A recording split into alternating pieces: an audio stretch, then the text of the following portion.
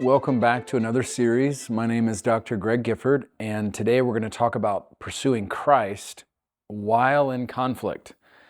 And that might get your stomach just a churning as I say that. We're going to pursue the Lord and honoring the Lord, and we want to do that in all ways and all things. But in this next series, I want to talk about the way that pursuing Christ changes the way that we enter into interpersonal conflict.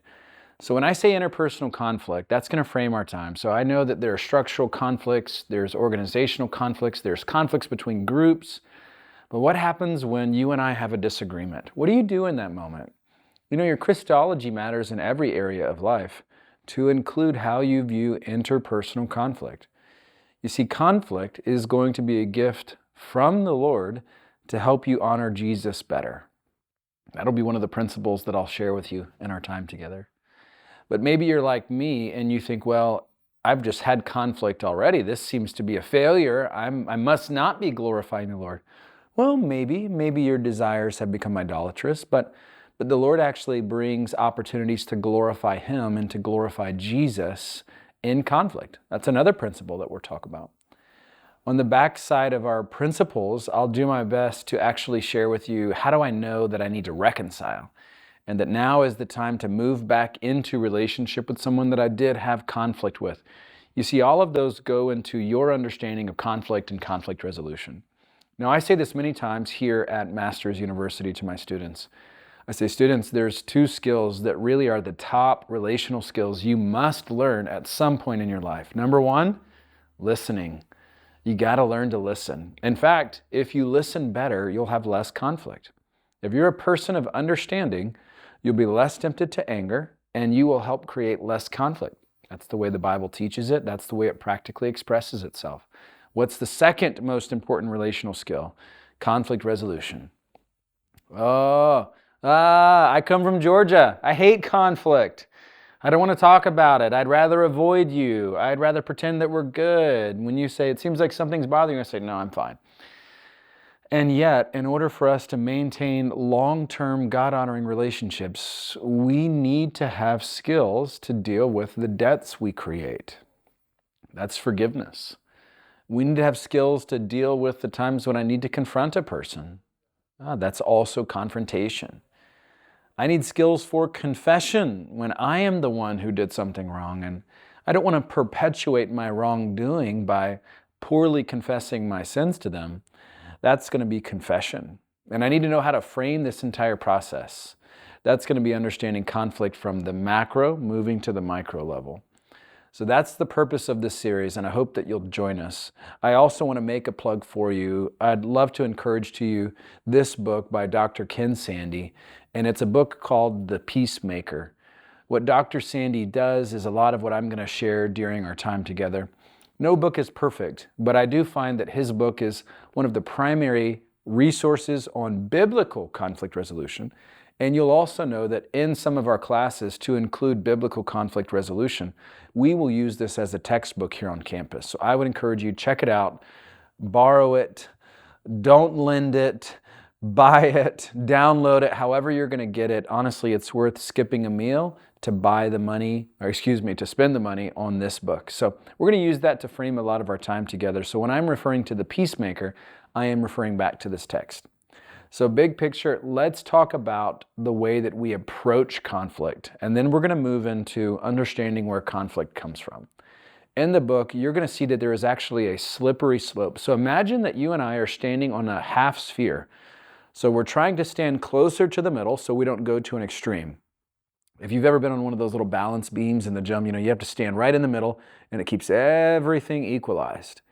Think of conflict in this way, that there are extremes to conflict in the ways that we approach conflict. For instance, on one extreme, we have the idea of escaping from conflict. When we talk about escaping from conflict, I'm going to use a term throughout our series that you got to be familiar with. It's going to sound exactly like what it is. You ready for the term? Peace faking. You know what I'm saying. Peace faking. Some of us actually struggle with peace faking, not peacemaking, but that term represents that we'd rather just brush it off. We'd rather not deal with it. We would rather say, you know what? we're good, I'm just never going to talk to you again, that's peace faking. You see, within peace faking, there are different responses. It's not all the same thing, and some of the things that Dr. Sandy brings up in his book are things like these. First of all, the most extreme form would be that of suicide, where we want to get out of this conflict so much that we are willing to take our own life. What an awful reality. What a deep, deep sadness that brings.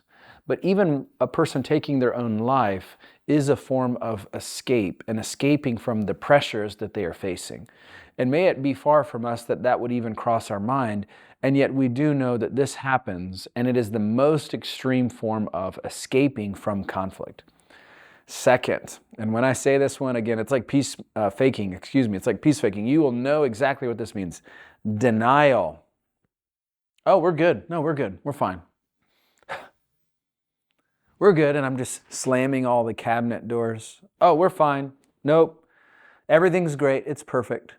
And you're like, I'm not sure everything's great. It's that moment when you ask someone, hey, is everything okay? And they say, yes. Slam the book and turn away. And you're like, I'm not a smart person, but I seem to think that everything's not okay. Denial in conflict resolution is where we can actually deny that there is a problem when there's obviously a problem. When we have a denial response to conflict, what that means is that we often brush it under the rug and would just rather to get back to relating to each other. Folks that struggle with denying conflict even exists are often going to be folks that let things accumulate and then Mount Vesuvius erupts, where 1, 2, 3, 4 instances began to gather, and then now on the 5th instance, I erupt into anger and sinful bitterness.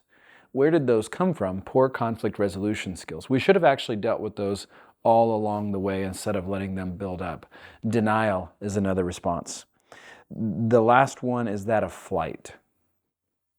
This is hard because none of us like pressured circumstances. But think of flight in conflict where we're just done. We're just going to quit. I don't know how I'm going to provide for myself. I struggle with my boss, so I quit. Okay, I don't struggle with my boss, but what I am saying is that in those pressured moments when you have interpersonal conflict, when you say option is to quit, I'm out of here, I find that flight mentality is an unsustainable and ungodly response. Think of it this way. You and I are never going to have a friendship that lasts longer than about, 3 years before we have a disagreement. And in that disagreement, how are we going to deal with it? Are we going to run from it, or are we going to face it and honor the Lord in that disagreement? So flight means I want to move, I want to quit, I want to stop talking to you. Flight means I want no part of this. That's all what flight comprises.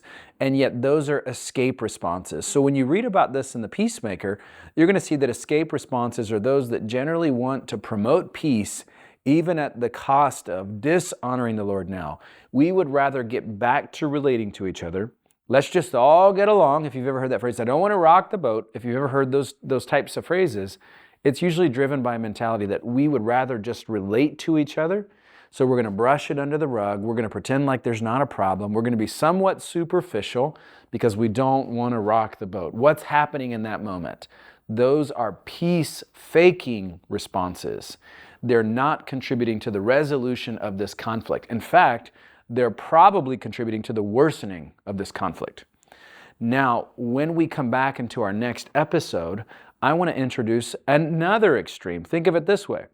Peace-faking escape responses are one extreme, but on the other side, you're going to see that attack responses, where individuals get so mad and so angry that they are willing to fight other people and clash with them for the sake of getting the very thing that we wanted, or that they wanted, to be most exact. What's happening there? Attack responses. So I hope you'll join us next episode to pick up with where we've left off today.